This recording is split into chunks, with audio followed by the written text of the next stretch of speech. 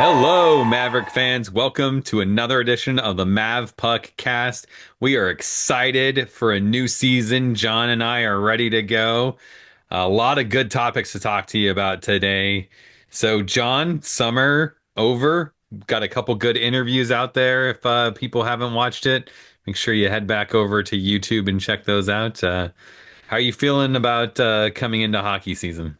There's a lot to prepare for hockey season, and we always try to do our due diligence here on the Mavpuckcast. So we are doing our annual NCHC predictions episode, which is always fun, and it's always kind of a nice primer for the upcoming season. I start to do the research, start to become familiar with the teams going into the season, which is a great baseline as we follow them week to week, and then we start playing these teams once the conference season rolls around. This week was the NCHC Media Day. It was a virtual event for the first time, so Bridget and I attended that.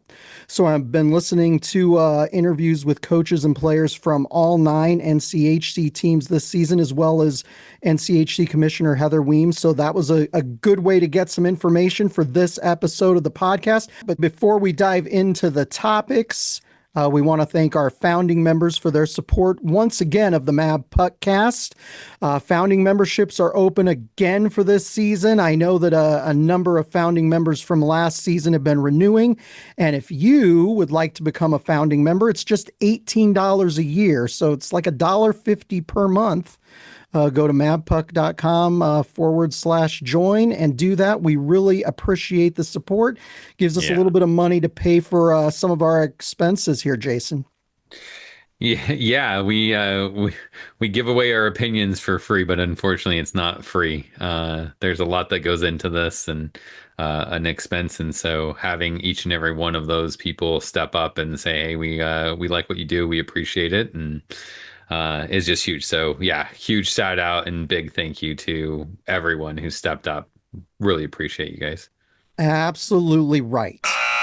Speaking of the NCHC this week unveiled a new logo. At first, when Bridget texted all of us about it, I thought it was going to be a replacement for the classic NCHC shield logo that they've been using since the conference began.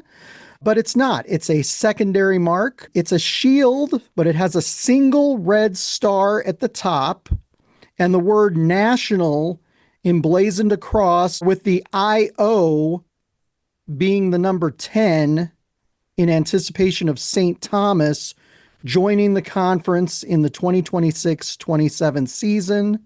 Jason, what did you think of this logo when you saw it? I think people are gonna get upset with me, but honestly, the first time I saw it, I thought it was like a joke. I was like, they're not gonna change their logo. What is this? Some like fan art created thing? But no, then they're actually so. Yeah, like I did not see that coming. I did not see them creating a new logo. I really like that they're thinking forward to having 10 teams. Um, I like that they're incorporating that. I always thought it was weird things like, the Big Ten that had, like 14 schools in it. Like the Pacific Conference now doesn't have very many teams on the Pacific Coast in it. It's like, it is nice that they're actually legit in kind of how they handle that. So I do appreciate that.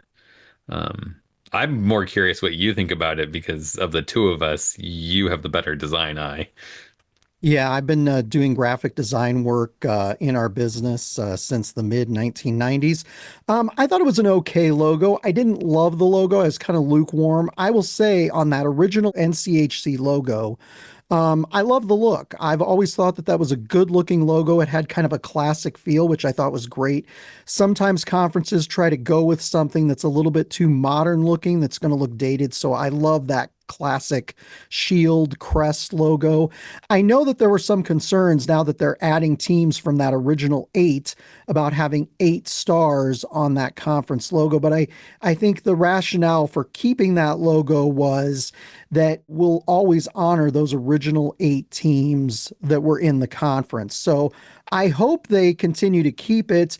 When I looked at this new NCHC logo, I was curious about how it was going to reproduce on garments, on printed items, large format, small format. So we'll just have to see how it ends up getting used over the next couple of years, Jason. Yeah, I'm really So curious where they put it and how they use it. Like I don't imagine that their plan is to make it their prominent logo and the one that most people will see, on broadcasts and center ice and things like that.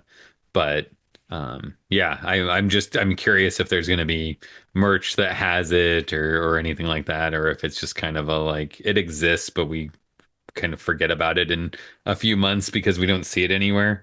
So that'll definitely be an interesting thing to kind of follow this season is where does that logo rear its ugly head, I guess would be the phrase. So not that it's ugly, but just like where does it pop up? Who knows? yeah, it'll be interesting to see how they use that in graphical aspects over the next couple of years. And if we add more than 10 teams, the logo will be instantly dated, Jason. If it becomes 11 or 12, you're going to have to rework the national word. We'll just have to see what happens with that. So stay tuned. But I thought that was an interesting little tidbit.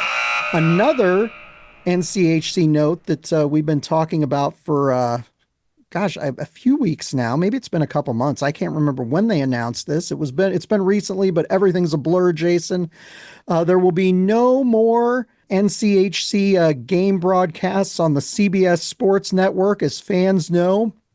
When the second half of the season rolls around, every Friday night there's a game or two that are broadcast nationally during the second half of the season on the CBS Sports Network, which is a cable satellite streaming bundle network. Conference had a long-standing relationship with them. Not only did they do those Friday night games in the second half, they also broadcast the NCHC Frozen Face-Off when it was a neutral site affair. It does mean, Jason, that all conference games will be on NCHC.TV, which is the conference's streaming package. We've heard rumors and rumblings about whether there will be another national TV partner.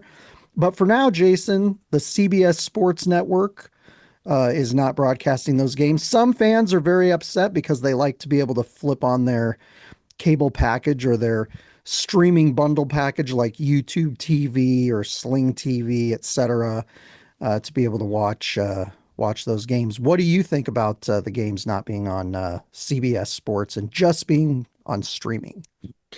Well, I think you're happy because that was your rant is you never liked it on there because it's not one of the channels that you can get. And I ranted about things being on Flow Hockey, so I guess we both win, and then you get it off of CBS, and I don't have to worry about them all being on Flow Hockey. So, yeah, I Yeah. mean, ultimately, I think the part that I'll miss the most, I think, is the production quality. Like it always seemed that national broadcast, that national entity put a lot more power and oomph behind that. And some of the times, like we've had so many, we've go back, listen to back episodes and all of the problems that we've complained about with NCHC TV over the years. I don't have a whole lot of confidence that, even though the game is on NCHC TV, that it will actually be on NCHC TV. So, I don't know. That worries me some is like I'm going to be so frustrated the first time I go to put it on my TV and it, loops to some weird basketball game or it's just a black screen or it's like the other one last season that's like I try to watch one game and it was an entirely different game from two teams that are not. I'm like, yeah. So there's so many problems. I just hope that they figured out the whole sidearm sports NCHC TV stuff so that, we're not just kind of wishing it was better and wishing it was on something national. And we've talked about the possibility of them, doing like ESPN has all these, sports leagues and stuff like that. It'd be nice to have, I say pros kind of running the show on that. But yeah, I mean, your thoughts on, I mean, you've got NCHC TV, or at least you have in the past. I assume you will again. So is it a game changer for you or? It's great for us because there were certain games every season that we couldn't watch because we are cord cutters, like I guess to the extreme. We first cut the cord on cable TV back in 2014. We don't subscribe to one of the streaming bundles like you do.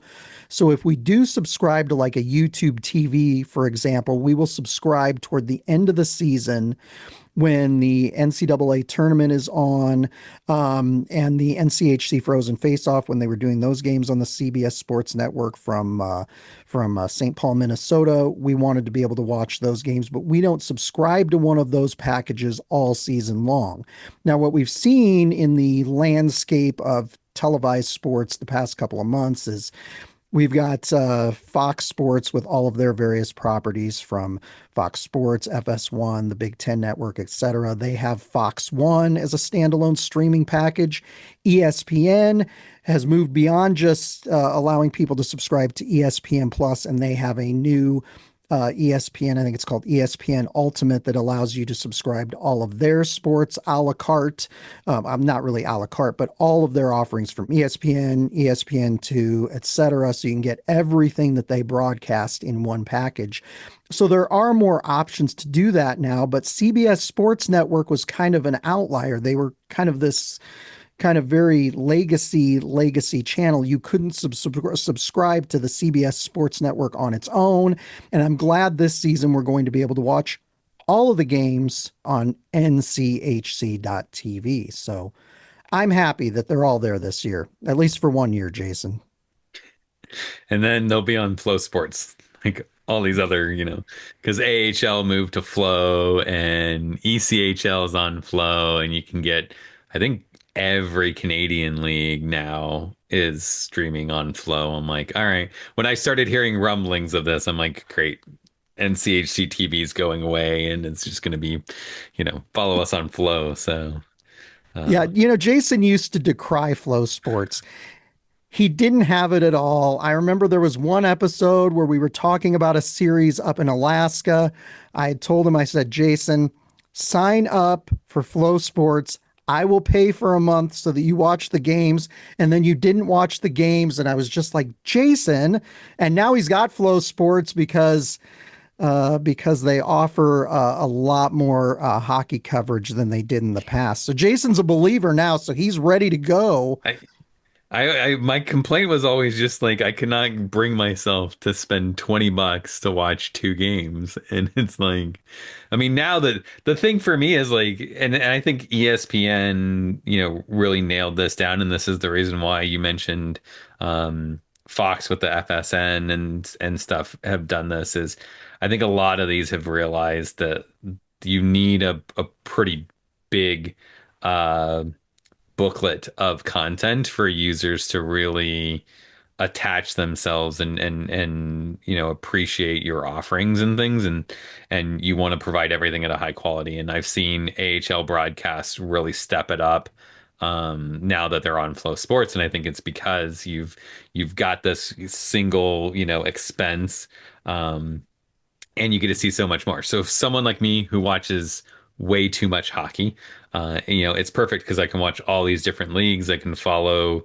former UNO players, and in the summer or in between whatevers and stuff, I can pull up some old games from, you know, the OHL and Canadian sports and stuff, and track some of these kids coming in, recruits, commitments, things like that for UNO. So, it's really kind of I love that it's become kind of the reason I complained about it since it's become that like now there's a reason to do it. There's more than just one, series or one game or something like that. And so I wouldn't be surprised if NCHC moves over to that. I also wouldn't be surprised if, you know, some other Fox Sports or ESPN or something steps in and says we'll take it, or maybe it just stays where it is. But in any case, we'll be watching it, right, John? I will say one note: Brad Schlossman made the comment in an article that he wrote about the change from CBS Sports this year that the member schools did not want to pay some of the production costs because CBS was requiring more participation from the schools this season over what they'd paid before. And as you know, Jason, it all comes down to money, and there are a lot of expenses that schools are having to consider right now. So we'll be interested to see how this all develops going forward. But turning to our beloved Mavericks, a couple notes here. We have a new assistant coach on the team. Jamie Huffman joins UNO as director of recruiting. He is a former NHL scout. And Jason and I just interviewed current NHL scout Rob Facca on the podcast last week. You should Yeah. go back and listen to that. Great episode. Jamie Huffman was a scout for the Pittsburgh Penguins and the Anaheim Ducks organization.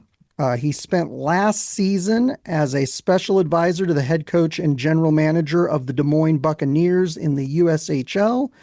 And he also had coaching stints with other USHL teams and in the North American Hockey League. So, kind of exciting. Peter Aubrey moved on, went to the NHL during this last offseason, and Coach Gabinet brought in Jamie Huffman to coordinate recruiting. So I think that's an important thing. There are a lot of teams bringing in guys to do this. A lot of them are calling them like a general manager of recruiting or a general manager of personnel.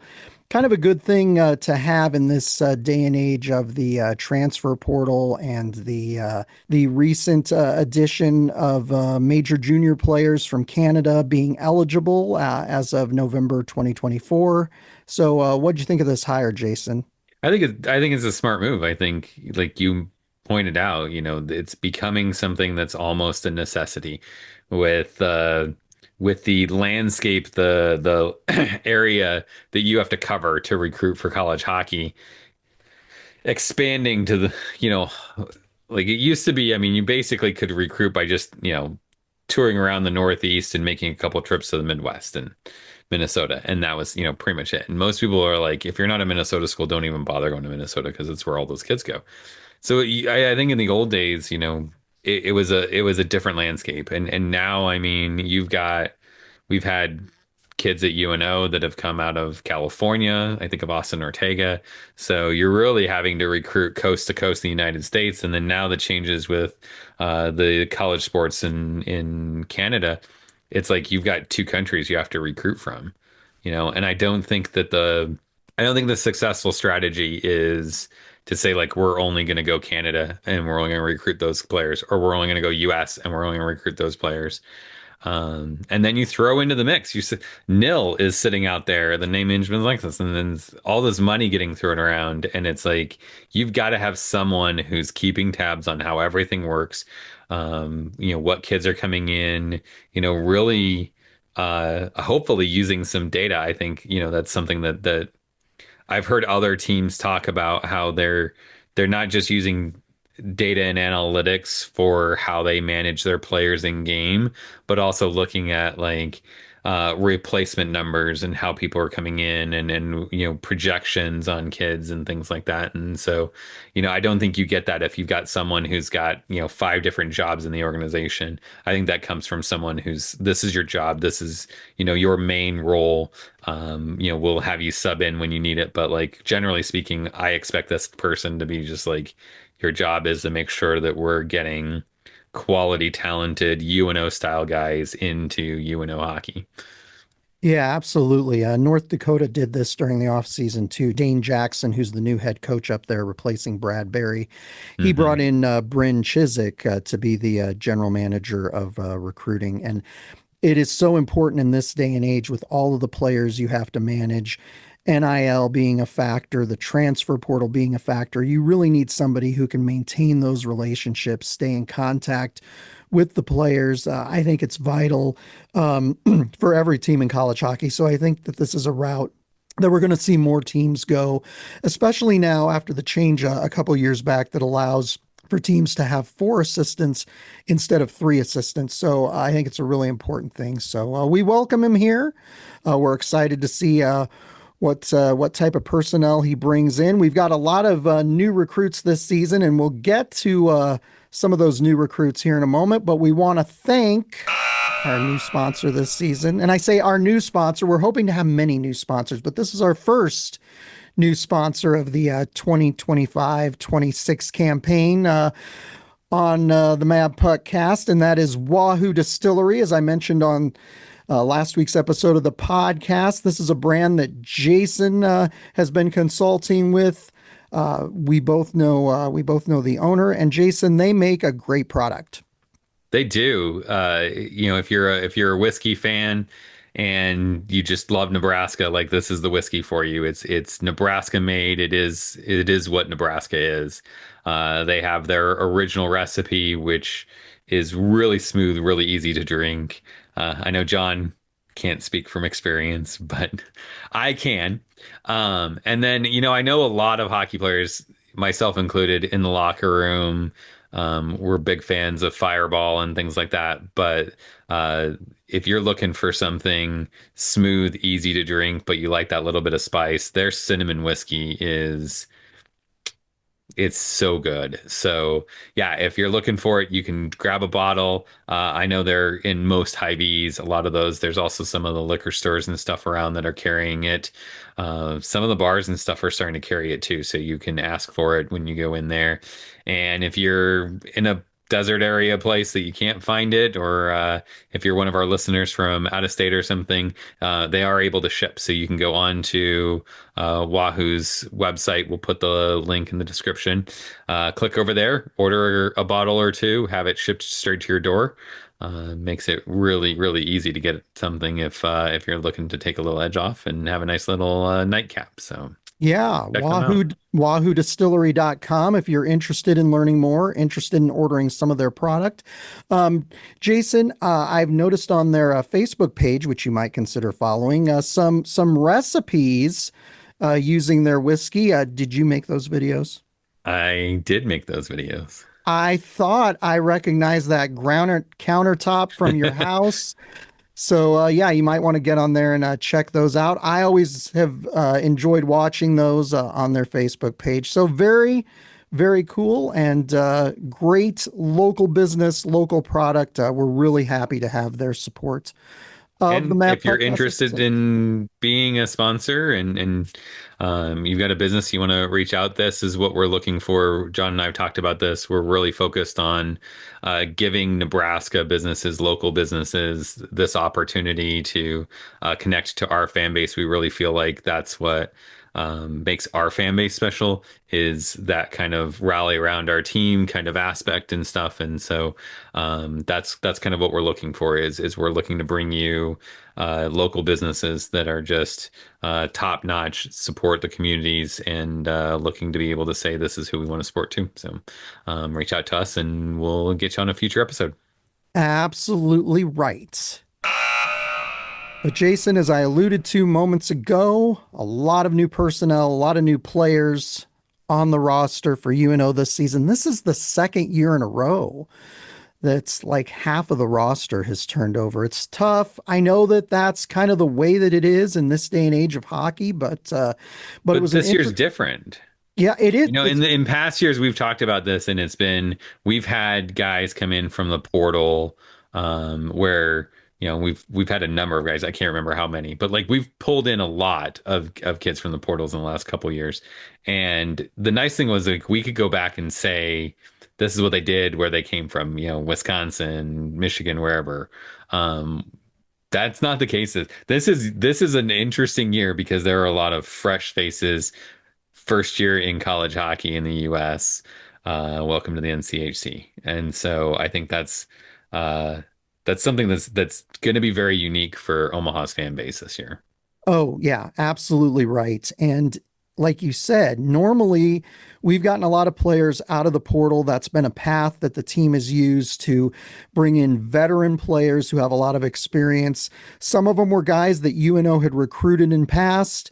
They had decided to go to another university, and so we had a second chance at them. You look at guys like Zach Erdahl and Sam Stang. Those are both examples of those type of players that UNO had previously recruited.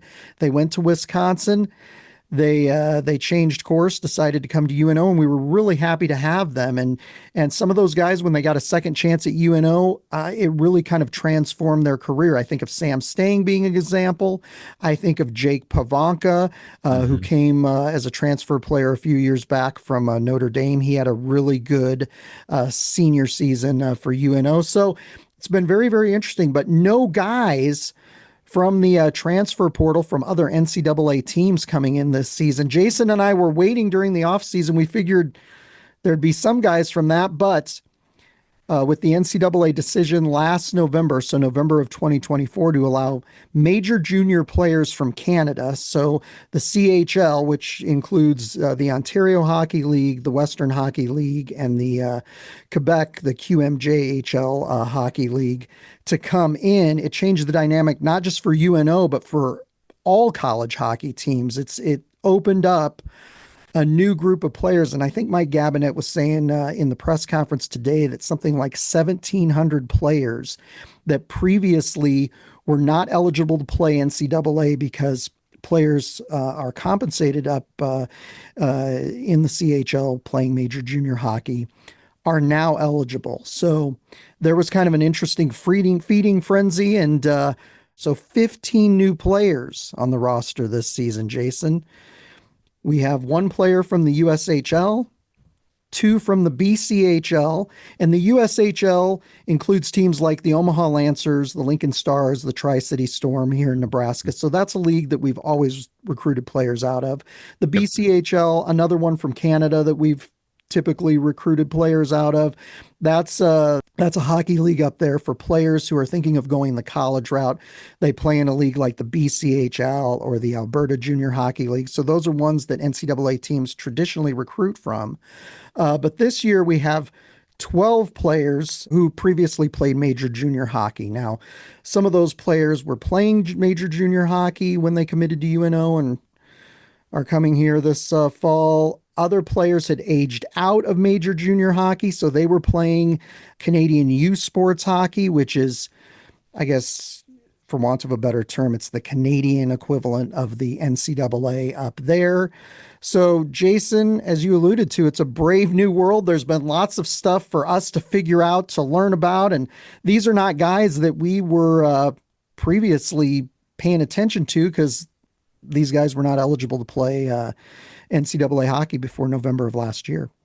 It's changed. We talked earlier this episode about this. Like it's just different. It's hard to really, you know, gauge these guys and what how they're gonna do and what to expect and at least with the USHL guys and stuff, like they know kind of the American game. We recruit players from Tri-City or Dubuque or Des Moines or Lincoln and Omaha, like they know the area kind of too. And it's like you get someone, it's a new country. You need a passport to get home. It's a different thing, I think, for Canadian players. I know Simon's talked about it his first year here about adjusting to life in the US. And so I'm curious how they're going to handle that and how that affects their game and finding chemistry and especially when you have that many new guys is it going to be a benefit that so many of them are coming from Canadians because they'll be able to kind of have shared experience and build that chemistry? Or is it going to create problems? Are they going to stick around? Are they only here for 1 year? There's so many questions going into the season. Yeah, there's a lot of questions going into this season, and it'll be interesting to see how they adjust. As you alluded to with the USHL and like the Canadian leagues like the BCHL and the AJHL, those players on a week by week basis during their junior seasons were playing a lot of other NCAA recruits. Hmm. And these guys who are coming from the CHL weren't. They were playing guys who were sort of the creme de la creme of junior hockey players up in Canada. So it's different. Hmm. And last season, Jason, we did an episode where we went player by player by player, going through all 14 newcomers that were on the roster last season. I remember after that episode and after we got done recording, you said to me, you're like, dude, that was a lot. And it was a lot. It was also one of our most viewed episodes, but I'm like, I am not going to do that this year. There's just too many unknowns. These are not guys that we have followed. And there are also a lot of names that are really tough to pronounce. I'm still working on some of those. We were talking about this before. Touch up your French. Oh my God. Yeah, I took 5 years of French back in middle school and high school, but I got to tell you, there are some you're going to love some of these names, Jason, this season. We're going to be talking about the names that we know. But I decided this time that you and I were going to pick two players each that were players we were looking forward to among the newcomers to watch. Jason, do you want to give me your first player that you're keeping an eye on going into the season among the Uh, newcomers for the I Mavericks? think you should start because you always have me start on these things. And so, no, you start. You That's pick right. first. Normally I'm like, well, I'll let Jason talk. I can look at my notes, I can listen to what he says, and decide what I want to say. But thank you for putting me on the spot there. I'm going to start with freshman forward Cameron Briere.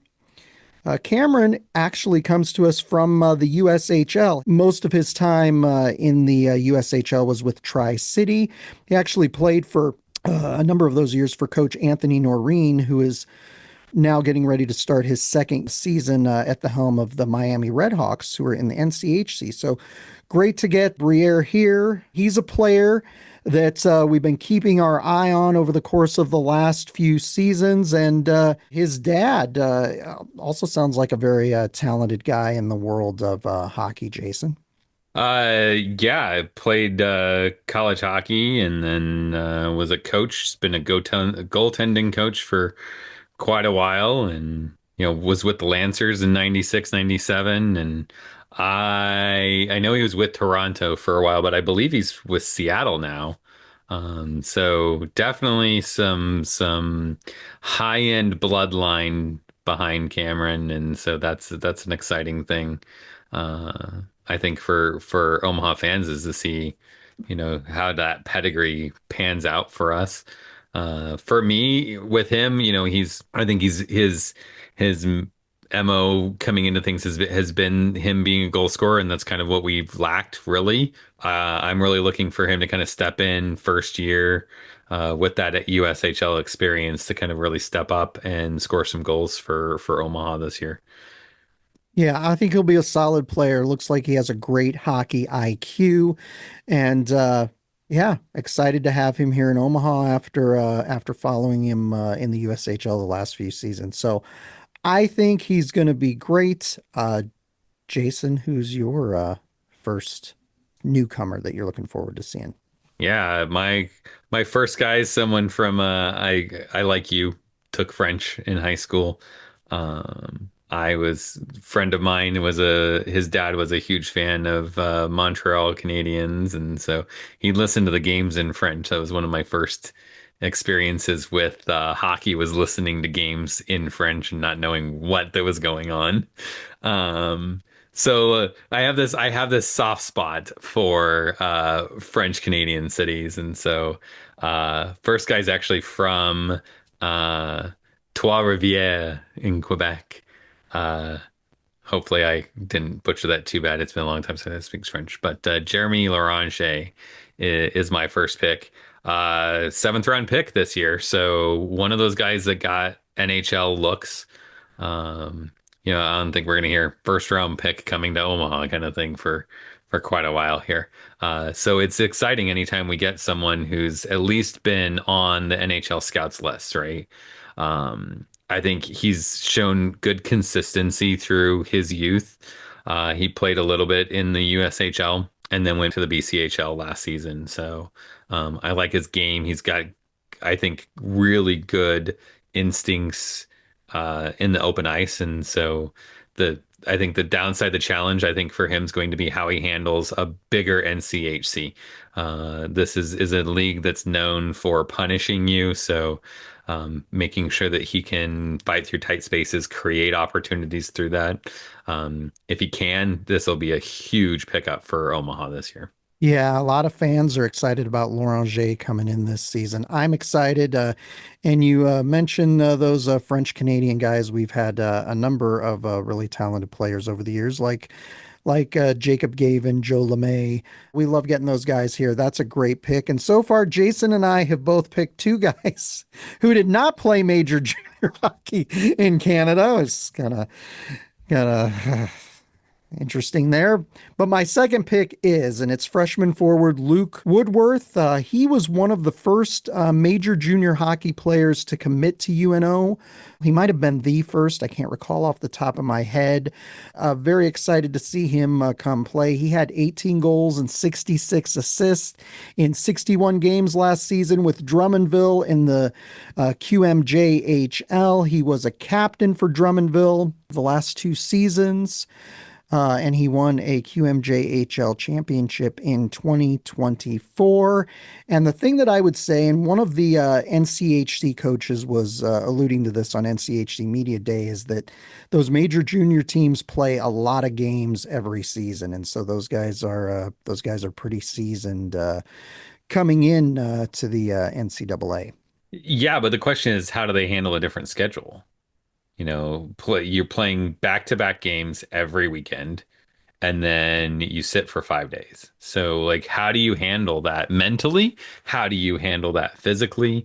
It could be a huge value for them because their ability to recover and heal up, and they're not going to be playing maybe as they're hockey players. They're going to play with little injuries. It's just the way of life, right? And so if they're able to kind of heal up some and they're not always having some nagging muscle pain or something like that, that's hindering them, like it would not shock me if we've got a lot of players that are overperforming to what you saw in um, when they were up in Canada and stuff. And for a long time, I remember there was quite a few scouts in the NHL that would talk about how they hated bringing on college players was because they weren't ready for an every other night schedule in the NHL or AHL, and so there's a lot of college hockey players that got overlooked. Kind of, it's obviously not got that way. The league has changed and stuff like that. But I think this year, next few years, you will see teams kind of like pan out. Like, how are they gonna handle that change in schedule and their change in routine? And having classes, like you're still a student athlete, you still have to go to class. How do they handle that? Yeah, it's going to be very interesting to see how they adapt over the course of these next couple of seasons. How many of them stay? How many of them decide to go back to Canada? You just don't know. There Hmm. are a lot of unknowns at this point. So definitely uncharted territory. But Jason, who's the second guy you're looking forward to watching among the newcomers this season? Well, I went for balance, so picked a forward first, had to pick a defenseman second. Hunter McInnes is my second pick. This is you said might have been the first Canadian. This might have been the last one we got. So the bookends of our recruiting class here. Uh, he was someone who 6'1".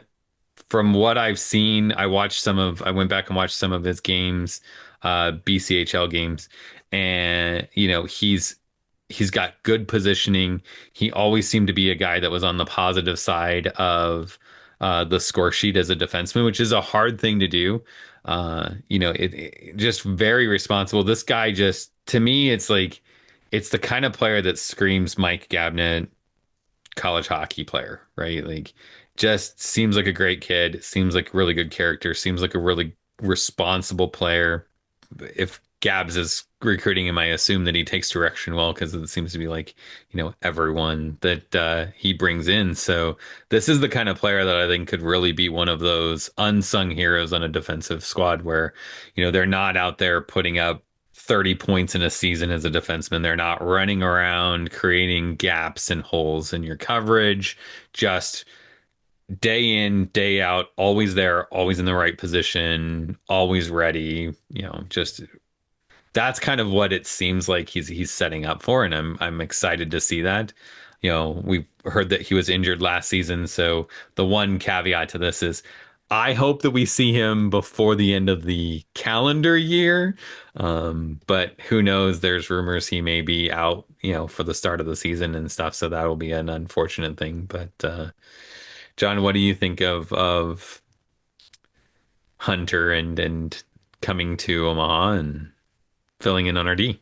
Yeah, Hunter was a late addition to the roster, so excited to get him in. As you mentioned, he dealt with the injury bug a bit last season in juniors, but he looks like a very talented blue liner with a lot of upside potential. And I'm excited, like you. I'm hoping this is the type of situation where he just very slowly starts to get integrated into the lineup, see what he can do, see what he can prove before January. Because the thing is, when we get into the second half of the season, when we hit our stride in NCHC play in the second half, it's a meat grinder, and guys are going to get banged up, guys are going to get hurt. So it's one of those situations where he could potentially have an opportunity when January, February roll around. So we're excited to see how he does. One of the younger players, Jason and I managed to get out of that only picking one major junior guy, even though we've got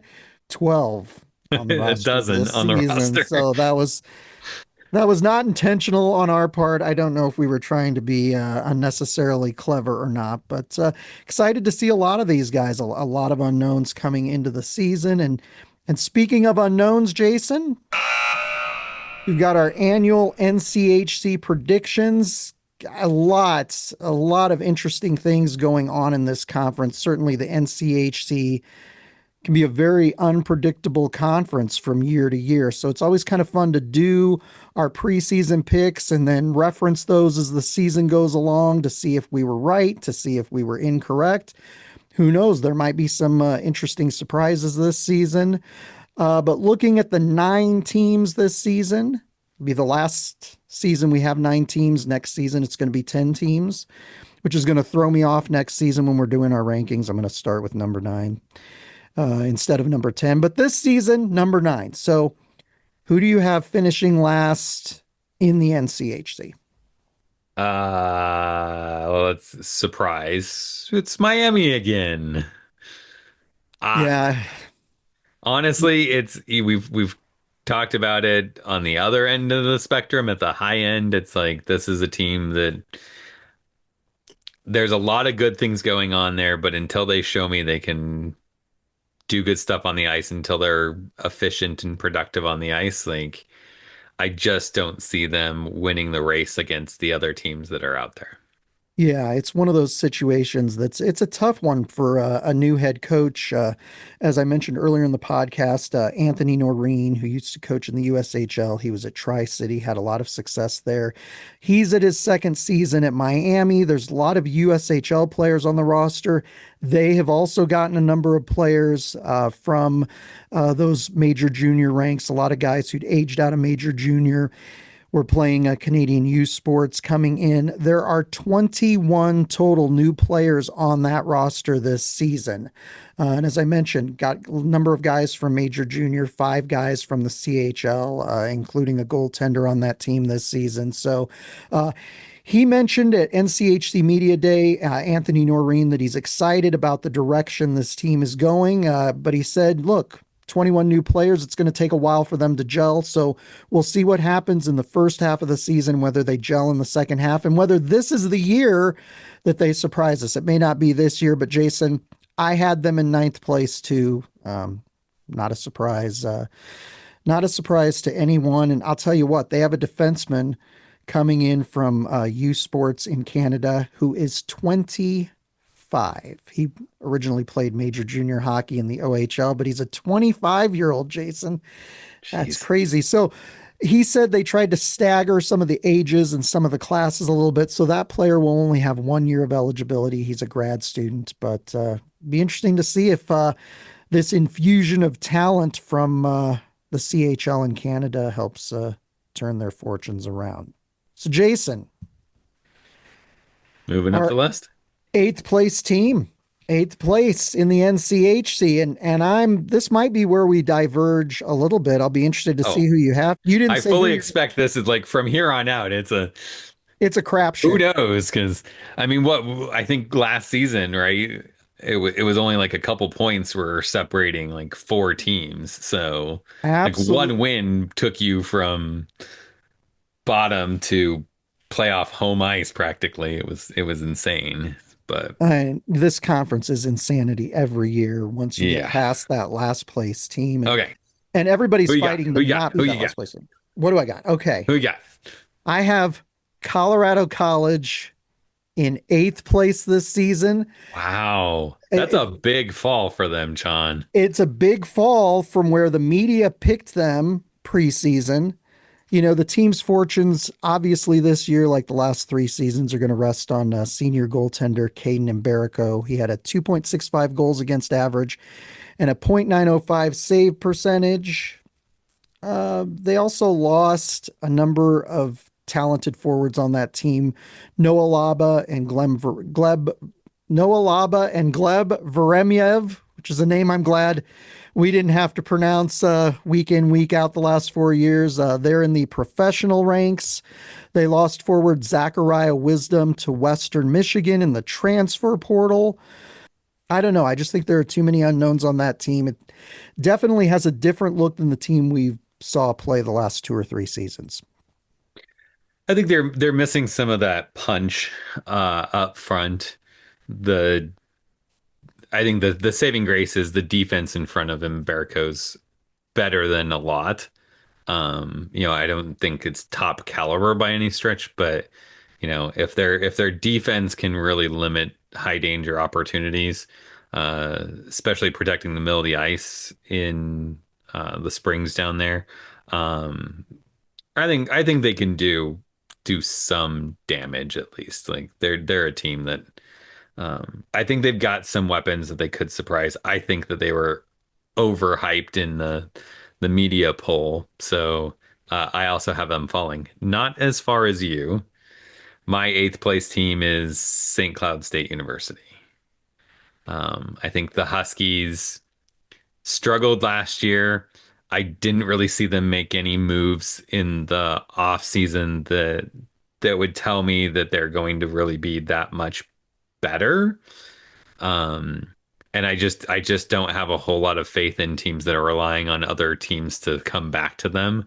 I really want to see a team kind of make strides and make steps and say like we're gonna take control of our own destiny. And I just don't feel it from St. Cloud. There's four teams here that could easily fall anywhere, and I don't like wouldn't surprise me, right? But I just don't see them being home ice in the NCHC. So, maybe they get a hot streak in there, and that's all it would take for them to be all the way up to five for St. Cloud. But right now, I don't see it. Yeah, I went back and forth on this. I had those bottom half teams in a different order, and then I switched them around again. I had St. Cloud State in seventh place. It's challenging. It's hard for me to go against one of those Minnesota schools. It's hard for me to go against Coach Brett Larson, who I have a lot of respect for up there at St. Cloud Yeah. State. In my mind, if they have success, it's going to ride on some of the talented forwards they have, like Austin Bernavec, Werner Miettinen, and Tyson Gross. I think the big question for them, in my mind, is goaltending this season. They have no major junior players, so they didn't get any players from the CHL or U Sports from Canada. They're one of these programs that's kind of going the traditional route, Jason. No, they're a Minnesota school. They have Yeah. a pretty good basin to reach into just down the street. So I that doesn't surprise me with Minnesota schools. So who'd you have in seventh place? Well, so seventh place, I had CC in seventh place. So we're just off by we just flip flop those two. And Gotcha. I mean, that's easy enough to do because, like we said, these teams are going to be in a dogfight, I think. And so I just looked at it saying Umberco's got the experience, the defense is in front of him. I like CC in close games. Um, so I had to put CC ahead of St. Cloud as a guess. Jason, who'd you have in sixth place? Sixth place, I have your Omaha Mavericks. It's not the lowest I've picked them, so chat, give me some respect here. But I like a lot of what's like I like a lot of what's coming in on paper. I question how it translates to on ice. If these guys can put up performances like they've put up in Canadian sports, if you get some guys that just really gel together, the guys we talked about, Briere puts up 15 goals. If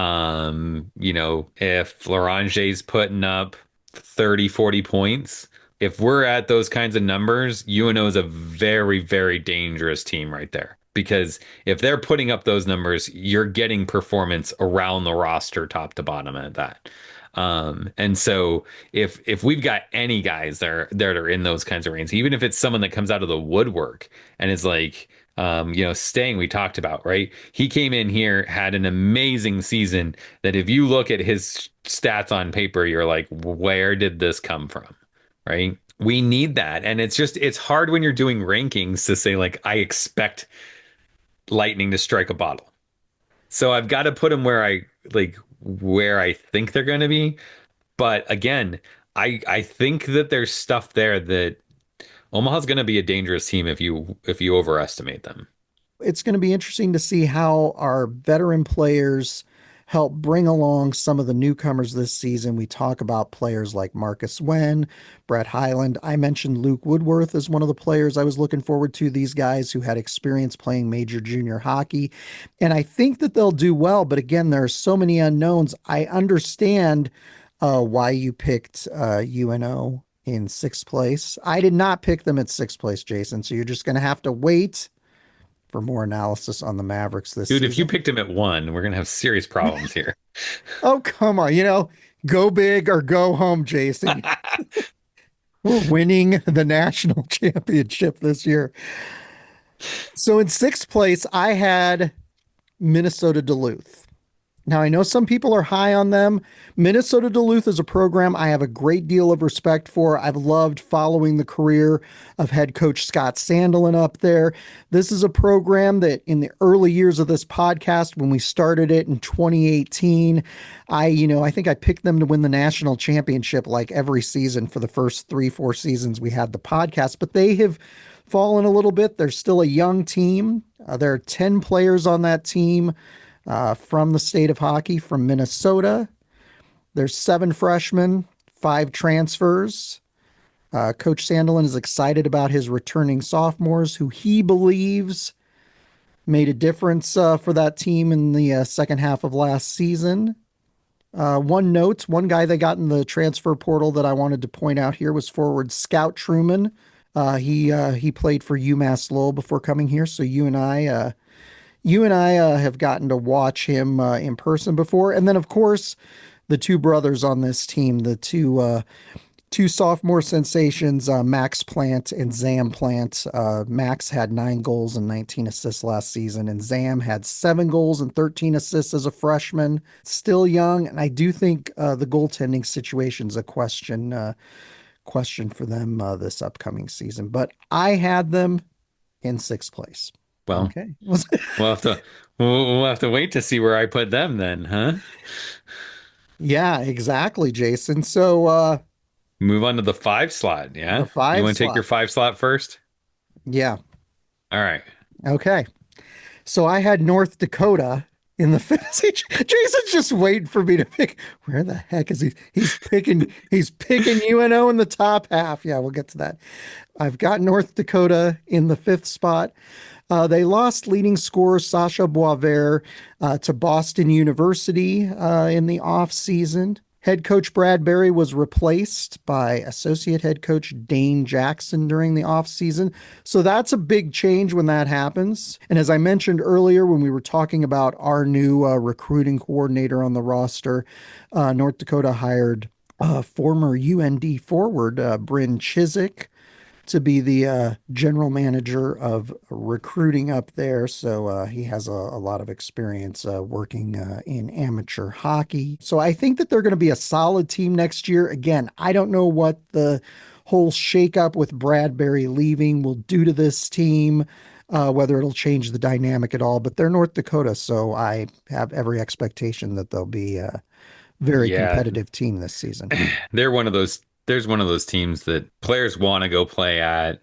I like you said, I think the big question mark for them is what does this coaching change look like? Um, and where do they fall? But man, that's a low place to put North Dakota. There's gonna be a lot of angry North Dakota fans in our chat group the first time we play them. So, uh, my fifth spot, a team we haven't really talked about yet, and the biggest move. I think the biggest movement on my list. It's certainly the biggest move down. ASU, Arizona State. I think last season they shocked a lot of teams. I think they certainly shocked me coming out of the gate and playing as well as they did, performing as well as they did. I don't think they're going to get overlooked this year by teams. I think they're going to get the best effort from a lot of these teams. I think it's going to be harder for ASU this year. And you look at what they lost. They rely on a lot of turnover, which has been, good for UNO, good for them. I think it catches up to them at some point. I still think they're competitive. I still think they're a good team, which is why I have them in this block of teams that could fall anywhere.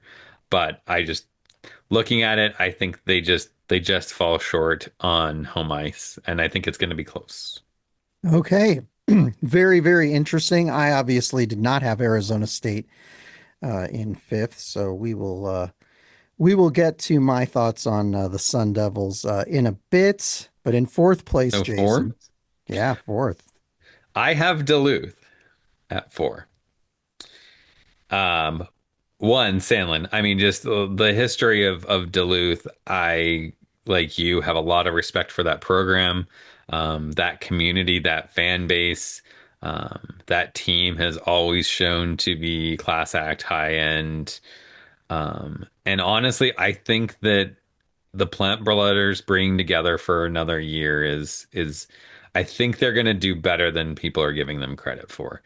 Honestly, to the point of I would not be surprised if Duluth has a little bit of a slow start to the season and then hits one of those like crazy runs in the second half of the season and shocks some teams in NCAA play in the tournament. Like, I think it's there for him. I agree that goaltending is the question, but there's also this mindset of like, if the puck never enters your zone, how's anyone going to score?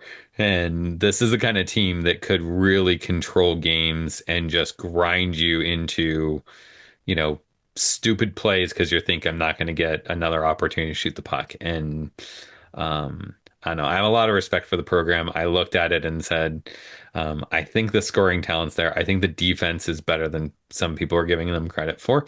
And so I don't need a all-star, you know, stand on his head every night goaltender. I need someone who's just average. It's probably going to be really good for this team. Like you said, this is a team that I have trouble picking in the bottom half. You figure at some point, considering the experience of Scott Sandelin, the kind of success that he has had in Duluth, you figure that that program being in the heart of Minnesota high school hockey, that at some point they have to turn it around. So it'll be interesting to see if you're right. And this is the year that they return to the top half of the conference. But in fourth place, Jason, I have our beloved Omaha Mavericks. And this is where Jason probably thinks I'm nuts. It's going to be an interesting road with 15 new players on the roster this season. We didn't get any players, as I mentioned before, from the transfer portal, which makes it hard to gauge. It's easier when we're looking at other guys who played like in the Big Ten and Hockey East coming here. It's tough with these guys from Major Junior and from U Sports in Canada, knowing how they'll mesh in, not just with us, but with other teams around the NCAA. You know, we lost forward Tanner Ludke in the portal to Minnesota, so that was a big loss. We also lost our top 4 point producers from last season, Jason, who accounted for 51 goals and 55 assists. And Jason's listening to this and he's like, Jon, why did you pick John, you them? do realize that we're talking about the fourth best, right? Like, you didn't invert your list here, did you? No, I didn't. But here's the thing. We do have senior goaltender Simon Lakoziback, who had a 2.71 goals against average and a .922 save percentage last season. And again, kind of like we were talking about with Colorado College, I think for UNO, I firmly believe Simon's going to be a big component of our success this season. He's going to be called upon to stand on his head quite a bit this season, and I would imagine, considering the MO of this coaching staff, that he's gonna get most of the reps in net. It's the go big or go home moment. I think that those 15 newcomers and the 12 players coming in out of the major junior ranks are going to mesh well and are going to have success. It may be a little rough to start the season, but I think by the time January rolls around, we will be a force to be reckoned with in the conference. So did you like that optimism, Jason? You are always the optimist on the podcast, it seems like. Every once in a while, you force me to do it, and I'm like, this is not comfortable. I'm not okay with this. Exactly. So, Jason, who'd you have in third place? In three, I have North Dakota. Like you, I moved teams around a lot. I actually had them lower. I think I had them at one point in just like thinking about things. I actually think I had them at eighth at one point. So that shows you like how much confidence I have in where I'm putting them. Ultimately for me, what it came down to is what I've heard and read out of North Dakota has been that the players are really excited about playing for this team with these players, with this coach in this arena. And I just think you're going to get the best out of the kids that are there.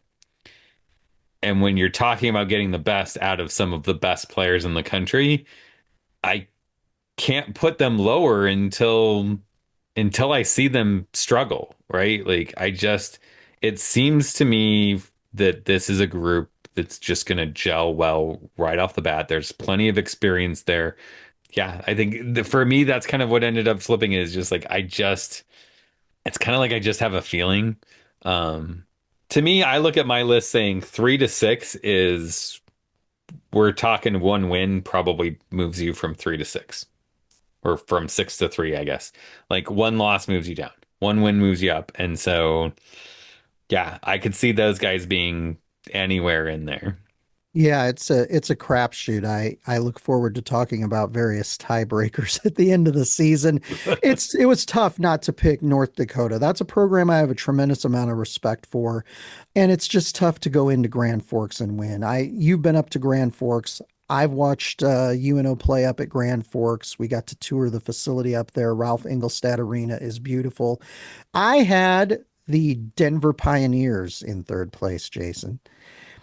10 freshmen on the Okay. roster this season, but I qualify that by saying DU is a team that traditionally has teams that are among the youngest in Division One hockey, and so they won a championship, a national championship in 2024 with what was apparently the second youngest roster in the nation. Goaltender Matt Davis has graduated. They got a top goalie prospect with Johnny Hicks, who split time in the BCHL and the WHL last season. So he was a guy who came to Denver out of that major junior hockey up in Canada.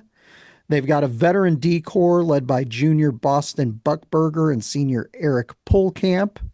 They only have one freshman on defense, so that's a good, experienced veteran crew. And I like what David Carl has done during his tenure with the program. Jason is obviously from Denver originally.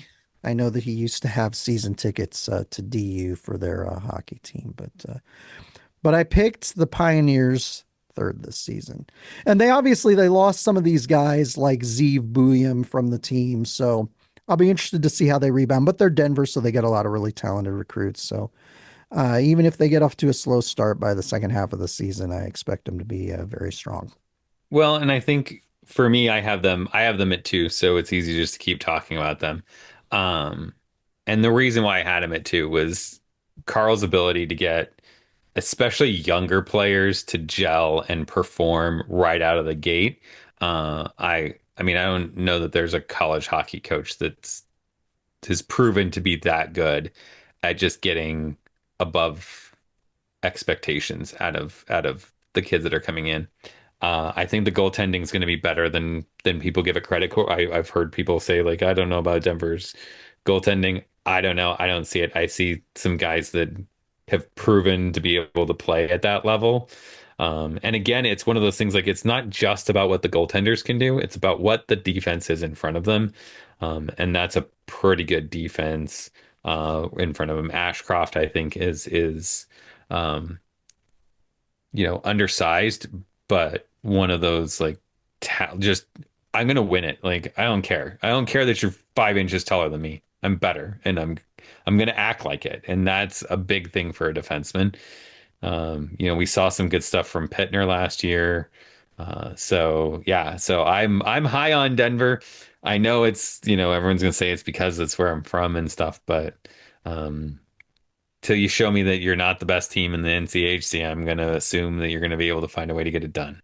When So, when Jason says that people are going to think that because it's from where he's from, he's really talking about me.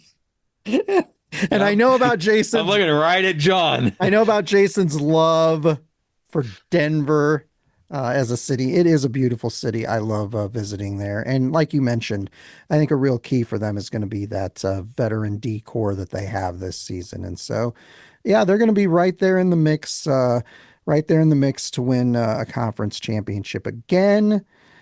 I picked Western Michigan in second place. Coach Okay. Pat Ferschweiler and company are coming off a national championship last season. They had 16 new players on that team last season. They're set to break ground on their new arena this week as we are recording this. I'm throwing these little nuggets in because we learned these at the NCHC Media Day, so I thought people might be interested in that.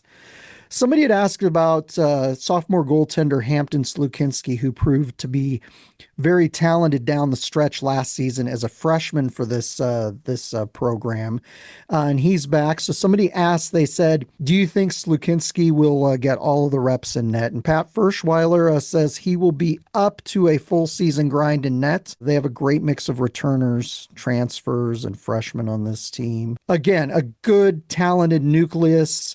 And I would not bet against Pat Ferschweiler potentially making another run at another national championship this year, Jason.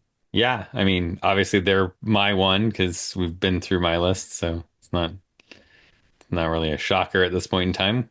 Um, I said it last year. You won the national championship, you won the conference. Until someone proves to me that they're better than you, I can't put them any lower than one. Um, I think there's question marks there, but to be all honest, like there's not a lot of them. This team looks pretty complete. Uh, they're not going to be an easy team to play against. They never are. Uh, they're known for being a beat you up kind of team. And I think that the thing that's really made a difference for Western has been their ability to score goals. As long as they can continue to score goals and be offensive in that and not just be headhunters that they, historically have been. Um, I think they'll do well. And like you said, coaches got them playing the right style hockey at the right times. And so I can't put them any lower than one yet. But Okay, you so did. I did. I did. I had him in second place. So your second place team was Denver, right? I'm Yes. losing track fast, Jason. I should have kept a little score sheet here of what we were doing. Yep. So I I, had DU at two and then Western at one. yep, You had that's what Western at two. You had Denver at three. So, Jason's like, who else is left? Like who's oh, I know who's left. I'm I just gonna have make you say it. Arizona State. See, I had to go against conventional wisdom here with my picks because I knew Jason would be more logical, more conventional. But yeah, I'm picking the Sun Devils. I think they're going to prove their naysayers wrong this season. Certainly, they finished in second place last season in the conference. So I'm going to be very interested to see what this program does. They've got some interesting newcomers coming in. There was a lot of talk on social media over the course of the last month about a forward who's coming in named Jack Beck. He played pro hockey last season, Jason. And we haven't touched on this yet, but he played in the AHL and the ECHL. He played in the major junior ranks before that. You look at a guy like sophomore forward Cullen Potter, who came from the National Development Program. He was young when he came in as a freshman. He had 13 goals and 9 assists last season, so I expect the evolution of him to continue. You look at veterans like senior forward Bennett Shimmick, who had 15 goals and 22 assists last season. And then in nets, I think it's going to be very interesting.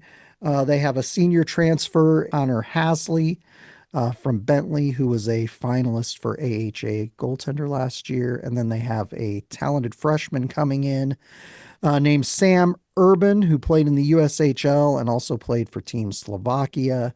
So I know Greg Powers, who's their head coach, is never one who's lacking for confidence. So he's very excited about what they have coming in this season. The whole mess that's going on with NIL and because of the House settlement decision, Arizona State is a program that's going to be offering 26 scholarships going forward instead of the 18 scholarships that they had offered previously for men's hockey. So, yeah. So Jason's like, why did you pick Arizona State so high? It was a bold pick. It would have been easier to pick them like in the 4 or 5 spot.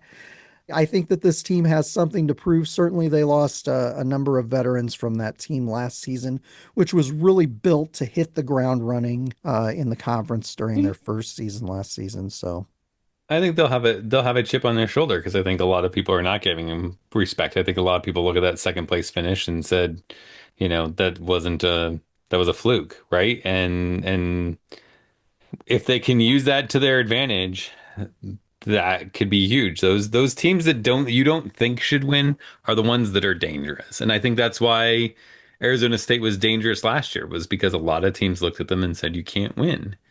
And they went out and said, yes, we can, and then did. Whether or not they can produce that again this year is the question. The goaltending, I think, is a bigger question than certainly than you're giving it. I think some people probably see it as a bigger question than I'm calling it, which is why I only had them down at 5. But we'll see. It makes for an interesting season to see where these teams file. I'm curious at the end of the season when we come back to this episode and see if we got any of them right. I'm going to get one right at the end of the season. yeah, it'll be interesting to see. I'm hoping one of these surprises I picked turns out to be true so that I look like I have an idea of what I'm talking about. But we got a lot of exciting stuff coming up. I know that this episode was probably a lot. It was a lot for Jason and I. I'm sure it's a lot for listeners, but we always want to have a good discussion of our conference foes going into the season. It's always fun to get this baseline on what we think that they're going to be doing as the season gets ready to heat up. As far as our Mavericks go, October 3rd, UNO will have kind of its first real game action of the season. They will be playing Air Force in an exhibition game. And one interesting note is that Air Force was the first opponent we played at the newly opened Baxter Arena back in 2015. So it's not quite the 10th anniversary date of that game, but it's cool to have them back. Jason, what And do you think? I think our first player interview was a former Air Force player. It was, and And Bailey, yeah. I'm glad, yeah, I meant to mention that, but yeah, that interview with Dan that we did, gosh, back in the second season of the podcast was great to hear his recollection of that game here at Baxter Arena and what it was like playing for Air Force. A great program. UNO has played that program a lot over the years, so excited to see them coming in. It's also interesting, Jason. We used to start the season with a Canadian team for an exhibition, and more since COVID, we do an exhibition against other Division I hockey teams. I really thought you were going to go since we are a Canadian team now, route. Yeah, basically we're either Alberta is going to annex us or we're going to annex Alberta. I don't know. I don't know what's happening. Yeah, we got a lot of Canadians on the roster this season, so it's going to be interesting. And then We've got Minnesota State Mankato coming in for our first regular season series of the season. And that's going to be exciting when the Purple Mavericks roll into town on October 10th and 11th. Lots of interesting storylines in that, Jason. Couple of couple of Mavericks transferred there during the offseason.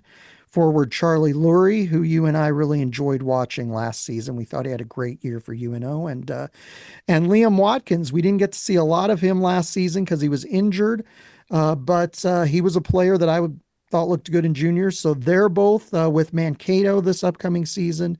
And Mankato has one of the top goaltenders in the nation in Alex Tracy. So that should be exciting. So Jason and I, of course, will be talking about and previewing that series here in an upcoming episode. But Jason, any final thoughts as we get closer to the start of the regular season for these Mavericks? No, just glad hockey's back. I hate summer. I'm very excited, and be sure and follow us for all of the exciting action and all of the great content we're going to have this season. You can find links to all of our social channels at mavpuck.com, as well as back episodes of this podcast, which we encourage you to revisit. Listen, you can see how Jason and I have evolved. I think we've gotten better over the last 7 years, but I'll let you all decide if that's the case or not. But until next time, Jason, go Mavs. Go Mavs.